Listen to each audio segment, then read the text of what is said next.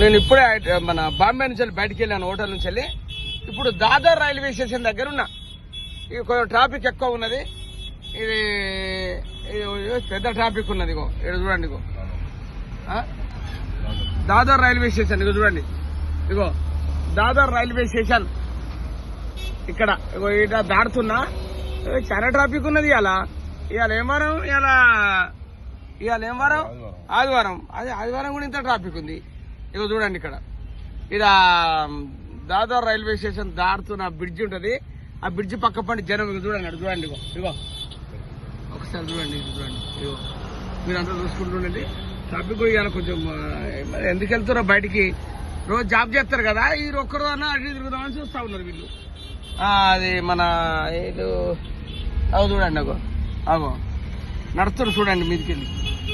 ఇక చూడు అదే చూస్తున్నా మెలేవునేవా.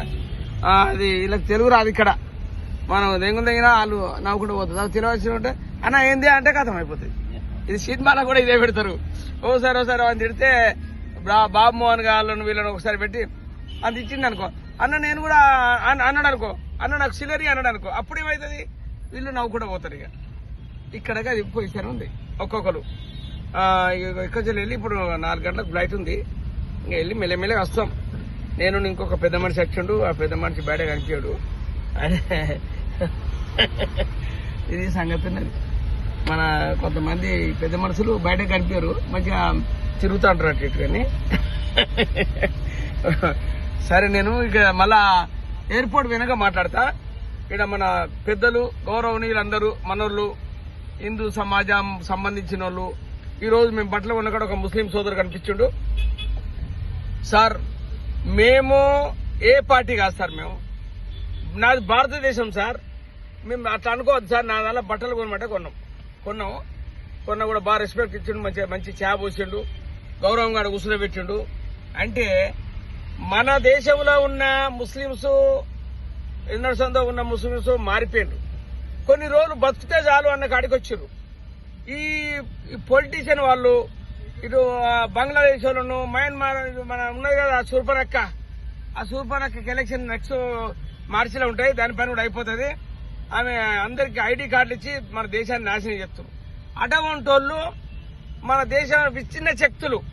వాళ్ళు ఏం చేస్తారంటే వాళ్ళు ఇక గిదే వాడిని వేసుడు, వీని వేసుడు, ఓటర్లు గెలిచిచ్చుడు, షెల్టర్ కల్పించుడు. ఇప్పుడు ఆడ 100-150 ఎకరాల భూములలో చుట్టూ ఫెన్సింగ్ వేసి వాళ్ళ డేర్లు వేసి అక్కడ పశ్చిమ బెంగాల్లో వాళ్ళని పోషిస్తుంది. ఇదేమో నిన్న నాకు జీతం లేదంటే నాదంతా మొత్తం 70 లక్షలే నా ఆస్తి మొత్తం అంచు పెడతా ఉన్నది. ఇక ఏమన్నారు చెప్తాను. దాన్ని ఏమంటారు మీరు ఆలోచించుకోండి. దాని ఆస్తి 70 లక్షలట. మన మెడికల్ కాలేజ్ పిల్లగాని చంపిర్రు. అది ఆడ కూడా దానికి దగ్గరట, వాని బాగా దగ్గర వాడిని చంపింది. వానికి కేసు లేదు, ఏం లేదు, వాడిని రిలీజ్ చేసింది. ఆ అమాయకుని నిరికించి లోపడేసింది.